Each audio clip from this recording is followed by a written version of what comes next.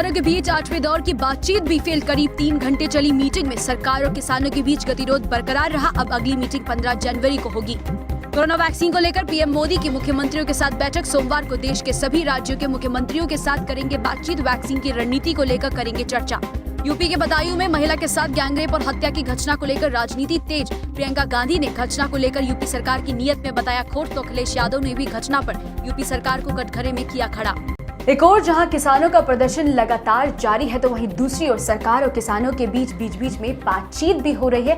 और आज सरकार और किसानों के बीच में 8वें दौर की मीटिंग हुई है। इस मीटिंग में किसान अपनी 2 शर्तों पर अड़े रहे। इस पर सरकार ने क्या जवाब दिया है, देखें पूरी रिपोर्ट।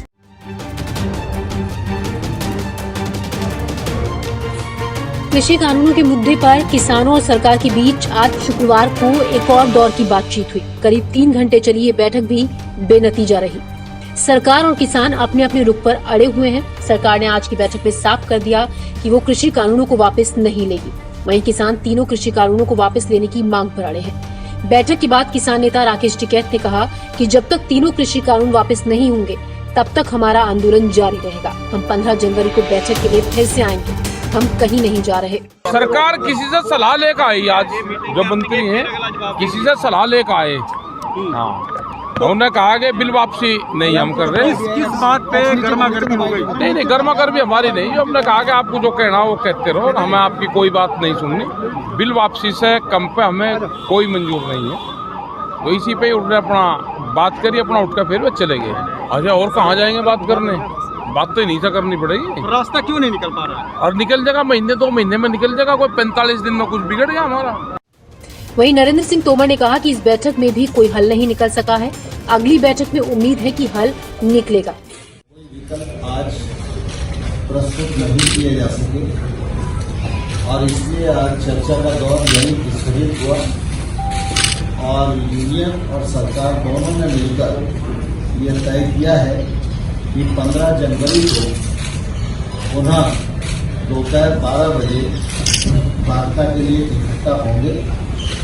वो लोग भी अपने यहाँ बात करेंगे, हम लोग भी अपने यहाँ बात करेंगे और मुझे आशा है कि 15 तारीख की जो बैठक होगी उस पर कोई समाधान ढूंढने में हम लोग सफल।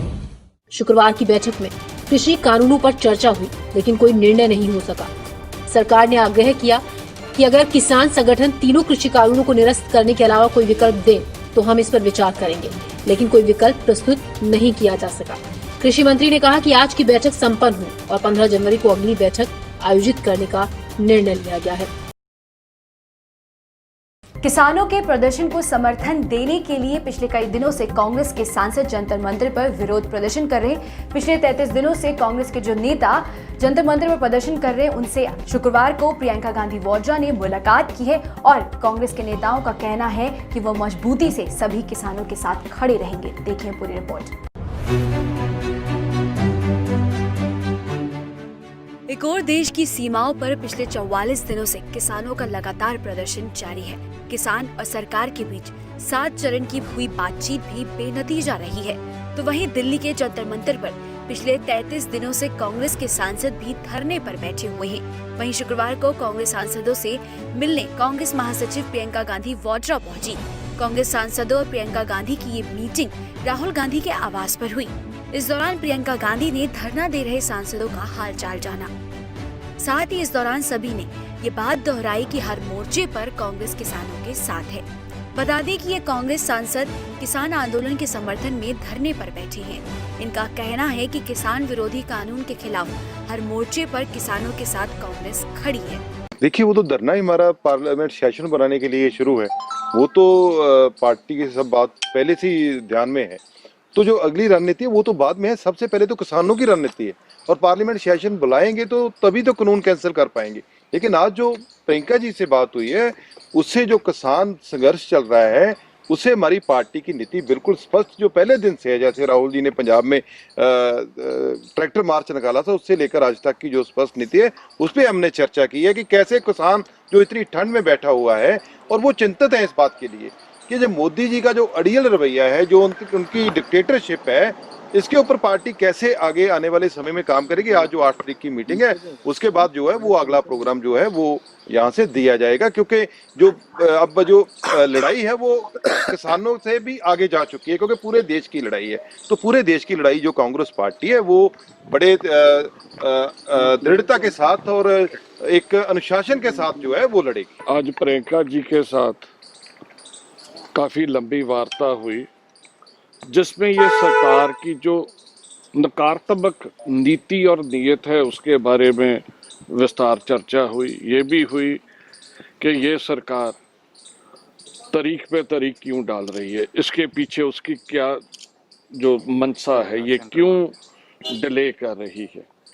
उन्होंने बहुत दुख भी व्यक्त किया जो लोग इस आंदोलन में अपनी जान गंवा बैठे हैं, उनके परिवारों के साथ सहानुभूति भी जाहिर की।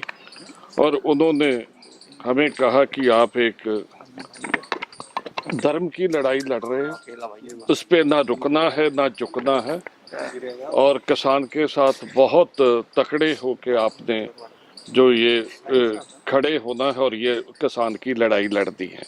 कांग्रेस पार्टी पूरे तौर पे कांग्रेस के किसानों के साथ है और किसानों के लिए किसी हद तक कोई भी कुर्बानी करने से पीछे नहीं हटेगी। इस बीच कांग्रेस के पूर्व अध्यक्ष राहुल गांधी ने एक बार फिर मोदी सरकार पर निशाना साधा। उन्होंने ट्वीट करके कहा, मोदी सरकार ने अपने पूंजीपति मित्रों के फायदे के लिए देश के अन्नदाता के साथ विश्वासघात किया है। आंदोलन के माध्यम से किसान अपनी बात कह चुके हैं। अन्नदाताओं की आवाज उठाना और उनकी मांगों का समर्थन करना हम सबका कर्तव्य है। आपको बता दें कि पंजाब, हरियाणा समेत कई प्रदेशों के किसान हाल ही में बनाए गए 3 कानूनों का विरोध कर रहे हैं। बातचीत बेनतीजा रहने के चलते किसानों ने 26 जनवरी को ट्रैक्टर परेड निकालने की भी घोषणा की है। उत्तर प्रदेश के बदायूं में महिला के साथ गैंगरेप और हत्या का मुख्य आरोपी पुजारी सत्यनारायण को पुलिस ने गिरफ्तार कर लिया है। सत्यनारायण पिछले कई दिनों से फरार था और पुलिस ने सत्यनारायण पर 50,000 रुपए की कीमत भी घोषित की थी, जिसके बाद गांव वालों की मदद से ही पुजारी सत्यनारायण को गांव में ही धर दबोचा गया। देखिए पूरी रिपोर्ट। उत्तर प्रदेश के बदायूं जिले में एक महिला के साथ सामूहिक दुष्कर्म के बाद हत्या के मामले में मुख्य आरोपी सत्यनारायण को पुलिस ने गुरुवार रात गिरफ्तार कर लिया। पुलिस अधीक्षक सिद्धार्थ वर्मा ने बताया कि बदायूं के उद्यैती में सामूहिक दुष्कर्म के बाद महिला की हत्या के मामले में फरार मुख्य आरोपी 50,000 की इनामी पुजारी को गांव वालों की मदद से पुलिस ने गिरफ्तार कर लिया। मंगलवार को पोस्टमार्टम रिपोर्ट में इसकी पुष्टि होने के बाद मुकदमा दर्ज हुआ। इस मामले में दूसरी आरोपी वेदराम और जसपाल को पुलिस ने पहले ही गिरफ्तार कर लिया था। आपको बता दें कि महिला रविवार को शाम 6 बजे पूजा के लिए गई थी। जब 2-3 घंटे वापस नहीं लौटी तो परिवार वाले थाने गए, लेकिन पुलिस ने तुरंत कोई एक्शन नहीं लिया। महिला से सामूहिक दुष्कर्म और हत्या के मामले में लापरवाही बरते जाने पर तत्कालीन एसओ राघवेंद्र प्रताप सिंह और दारोगा अमरजीत पर गुरुवार देर रात मुकदमा दर्ज कर लिया गया। दोनों पुलिसकर्मी सूचना के बावजूद रविवार को मौके पर नहीं पहुंचे थे। देर रात एसएसपी के निर्देश पर दोनों के खिलाफ धारा 166A के तहत मुकदमा दर्ज किया गया। इस घटना के बाद सीएम योगी ने कहा था कि बदायूं की घटना अत्यंत निंदनीय है। अभियुक्तों के विरुद्ध कठोरतम कानूनी कार्रवाई की जाएगी।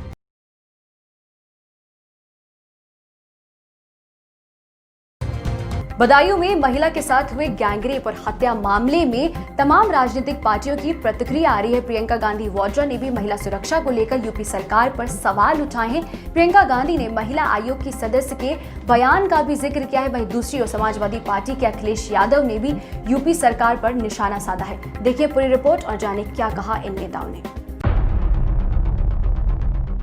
बदायूं गैंगरेप मामले पर सरकार की जमकर फजीहत हो रही है। उत्तर प्रदेश के पूर्व मुख्यमंत्री और समाजवादी पार्टी के राष्ट्रीय अध्यक्ष अखिलेश यादव चित्रकूट दौरे पर हैं। इस दौरान बदायूं गैंगरेप पर सवाल पूछने पर अखिलेश यादव ने कहा कि जो बदायूं में हुआ, क्या कोई उसकी कल्पना कर सकता है कि मंदिर में ऐसी घटना हो जाए। जो बदायूं में हुआ है, हम सब लोग भगवान के दरबार में खड़े हैं। क्या कोई कल्पना कर सकता है कि मंदिर में ऐसी घटना हो जाए, वहाँ का पुजारी ऐसी घटना कर दे या शामिल हो उस घटना में, और पुलिस ढूंढ रही हो। हम तो यहाँ यही करेंगे प्रार्थना भगवान से कि ये सरकार जाए, और जनता से हमें अपील है कि जब कभी जनता को मौका मिले इस सरकार को हटाएं। कांग्रेस यूपी की प्रभारी और पार्टी महासचिव प्रियंका गांधी ने भी इसे लेकर सरकार को घेरा। इसके अलावा राष्ट्रीय महिला आयोग की सदस्य के बयान को शर्मनाक बताया। प्रियंका गांधी ने अपनी पोस्ट में कहा, क्या इस व्यवहार से हम महिला सुरक्षा सुनिश्चित कर पाएंगे? महिला आयोग की सदस्य बलात्कार के लिए पीड़िता को दोषी ठहरा रही हैं। कांग्रेस महासचिव ने आगे लिखा कि बदायूं प्रशासन को ये चिंता है कि इस केस का सच सामने लाने वाली पीड़िता की पोस्टमार्टम रिपोर्ट लीक कैसे हुई। आपको बता दें, महिला आयोग की सदस्य ने पीड़ित परिवार के परिजनों से मुलाकात के बाद कहा, मैं सोचती हूँ कि अगर वो शाम को वहाँ नहीं जाती या फिर परिवार के किसी बच्चे को साथ ले जाती तो शायद इस घटना को टाला जा सकता था। कि कभी भी किसी के प्रभाव में महिला को समय असमय नहीं पहुंचना चाहिए। सोचती हूँ कि अगर संध्या के समय में वो महिला नहीं चली गई होती या परिवार का कोई बच्चा साथ में होता तो शायद ऐसी घटना नहीं घटती। इस बयान पर घिरी महिला आयोग की टीम पर सवाल खड़े होने पर राष्ट्रीय महिला आयोग की प्रमुख रेखा ने ट्वीट कर कहा कि ये राष्ट्रीय महिला आयोग की राय नहीं है और मैं इसकी कड़े शब्दों में निंदा करती हूँ। देश में कोरोना वायरस की रफ्तार धीमी पड़ गई है, जो कि एक राहत की बात है। देश में पिछले 24 घंटे में 18,000 से ज्यादा नए मामले सामने आए हैं और सिर्फ एक्टिव केसेस की बात करें तो 2,25,000 ही एक्टिव केसेस हैं इंडिया में, जिसके बाद रिकवरी दर 96% के ऊपर जा चुकी है। देखिए पूरी रिपोर्ट और जाने कोरोना की अपडेट। देश में कोरोना की रफ्तार कम होने लगी है। ताज़ा आंकड़े देखें तो 24 घंटे में देश में 20,000 से भी कम केसेस सामने आए हैं। स्वास्थ्य मंत्रालय के शुक्रवार सुबह जारी किए गए आंकड़ों के हिसाब से पिछले 24 घंटे में 18,139 नए मामले सामने आए हैं और साथ ही इसी दौरान कोरोना से 234 लोगों ने दम तोड़ दिया है। अब तक देश में 1,04,13,417 लोग कोरोना संक्रमित हो चुके हैं, मगर देश में फिलहाल सिर्फ 2,25,449 एक्टिव मामले हैं, जिसके बाद रिकवरी दर 96.39% हो गया है। देश की राजधानी की बात करें तो दिल्ली में भी कोरोना की रफ्तार धीमी पड़ रही है। दिल्ली में पिछले 24 घंटे में 486 नए केसेस सामने आए हैं, जबकि 24 घंटे में कोरोना संक्रमण से 19 लोगों ने दिल्ली में दम तोड़ा। दिल्ली में पिछले 24 घंटे में 780 मरीजों ने कोरोना को मात भी दी है। पहली बार दिल्ली में रिकवरी दर 97.64% तक पहुँच गया है। आपको बता दें कि दिल्ली में अब तक 6,28,838 कोरोना संक्रमित हो चुके हैं। अगर और राज्यों की बात करें तो महाराष्ट्र अब भी कोरोना वायरस से सबसे ज्यादा प्रभावित राज्य बना हुआ है। पर एक्टिव मामलों की बात करें तो केरल में सबसे ज्यादा एक्टिव मामले हैं। फिलहाल केरल में 64,447 एक्टिव मामले हैं। सबसे ज्यादा मामलों की बात करें तो महाराष्ट्र के बाद राज्यों में नंबर आता है कर्नाटक, आंध्र प्रदेश, तमिलनाडु, केरल और दिल्ली का।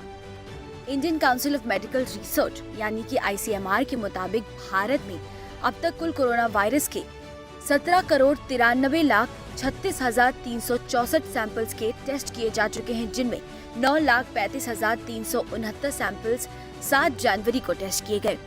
कोरोना टीकाकरण को लेकर सरकार ने तैयारियां तेज कर दी हैं। आज देश भर में कोरोना वैक्सीनेशन का ड्राई रन एक बार फिर किया जाएगा। इस संबंध में स्वास्थ्य मंत्री डॉक्टर हर्षवर्धन ने राज्यों के स्वास्थ्य मंत्रियों से भी मुलाकात की है, बैठक की है। इस बैठक में वैक्सीन की ड्राई रन की बारीकियों पर चर्चा हुई है। उत्तर प्रदेश के प्रतापगढ़ में मछलियों की एक दुर्लभ प्रजाति गंगा डॉल्फिन की निर्मम हत्या का मामला सामने आया है। जानकारी के मुताबिक ये घटना 1 जनवरी की है। प्रतापगढ़ में शारदा नहर में डॉल्फिन पाई गई, जिसे कुछ मछली वालों ने देख लिया और देखते ही देखते लोगों ने इस डॉल्फिन पर नुकीले हथियार से हमला कर दिया। देखिए पूरी रिपोर्ट और जानिए क्या है पूरा मामला।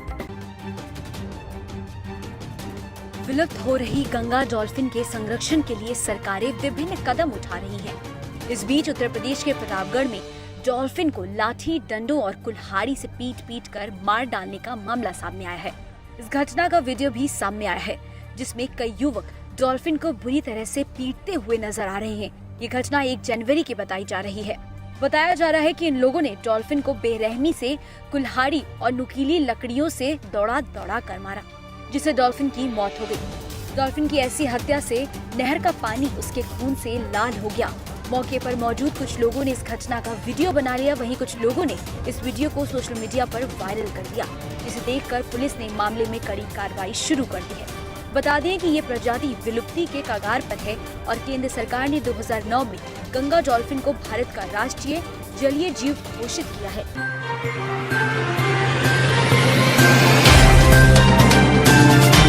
Subscribe now and press the bell icon. Never miss an update.